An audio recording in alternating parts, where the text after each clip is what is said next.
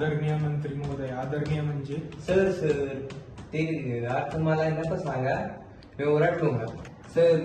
मला ते स्पष्टपणे सांगा जेणेकरून बॉस और मंत्री मेरे पे खुश होंगे और मुझे जूनियर एडिटर सीनियर एडिटर बना देंगे.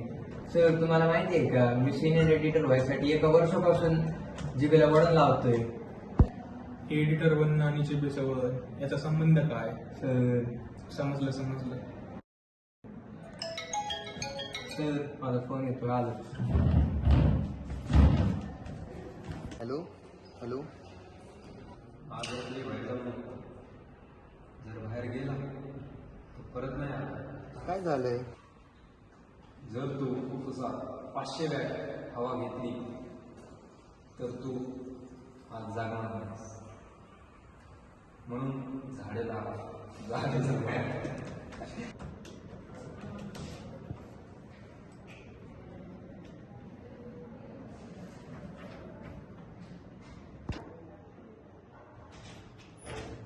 May I come in, sir? कमी सर, तुम्हाला एक सुंदर बाई भेटायला आली. ती स्वतःला मुख्यमंत्री बोलत आहे.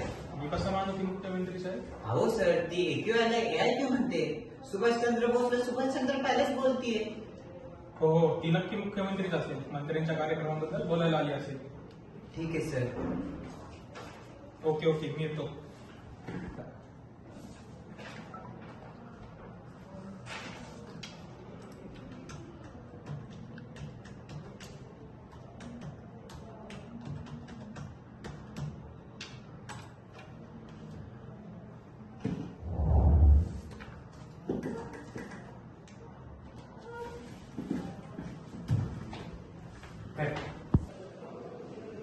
एक चतुर सरांनी स्क्रिप्ट दिली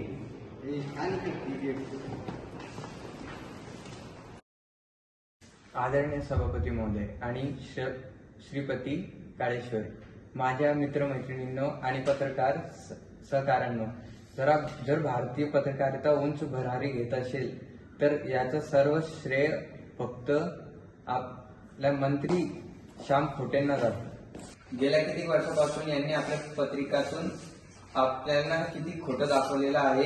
आशा करतो की हे आणखी असेच खोटं दाखवते. मला आश्चर्य वाटते की एकटा माणूस स्वतःच्या बळावर इतक्या मोठ्या देशाला कसं उद्ध्वस्त करू शकतो. सर्वात जास्त खोट्या बातम्या पसरवायचे या चॅनलचे भरपूर वापर केलेले आहेत. कसं फोडायचं हे यांच्याकडून शिकायचं. आदरणीय मंत्री महोदय नमस्कार. तुमच्यासारख्या सज्जन व्यक्ती ज्या प्रकारे या देशाला लुटतो ते अविश्वसनीय आहे. दिवस असो वा रात्र तुम्ही या देशाच्या संपत्तीतला कायम लुटत राहा. या देशाला लुटाय फक्त तुमचाच हात आहे. देशाची अर्थव्यवस्था आणि पर्यावरणचं मरण हे फक्त तुमच्याच हाताने झालेलं आहे आणि हे तुमच्या चोरी करण्यामुळेच झालेलं आहे. तुम्ही दोघांनी हे घडवून आणण्यासाठी एकत्र काम केले याबद्दल मी खूप आभारी आहे. मी देशासाठी मरमर वाटतोय, तुम्ही म्हणताय की काहीच नाही केलं. तुम्ही म्हणताय बेटी बचाव बेटी पढाव, पण रात्री तर सोडा, भर दिवसा रस्त्यावरून चालतानाही आम्हाला सुरक्षा वाटत नाही. मग ही कसली सुरक्षा?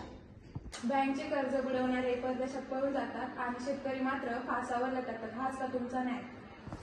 गुन्हेगार उजळ माथ्याने फिरतात आणि प्रश्न विचारांना तुम्ही देशद्रोही ठरवताय. न्याय मिळालाय की विकला गेलाय? सरकारी भरतीचे पेपर सुटतात, मेहनती मुलांचे स्वप्न तुटतात आणि भ्रष्टाचारी मात्र मोकळी सुटते. हेच का तुमचे चांगले दिवस? तुम्ही हजारो कोटींचे पुतळे उभे करताय तर सरकारी हॉस्पिटलमध्ये गोळ्या व ऑक्सिजन मिळत नाही. आम्ही टॅक्स भरून भरून तुमच्या तिजोऱ्या भरल्या, पण रोडवरचे खड्डे भरले नाही. मी म्हणताय युवकांसाठी हजारो नोकऱ्या आहेत, पण पदव्या घेऊन आम्ही चहाच्या टपरीवर का उभे आहोत? याच्यामुळे आमचं भविष्य अंधारात आहे आणि तरी पण तुम्ही म्हणतात ऑल इज वेल.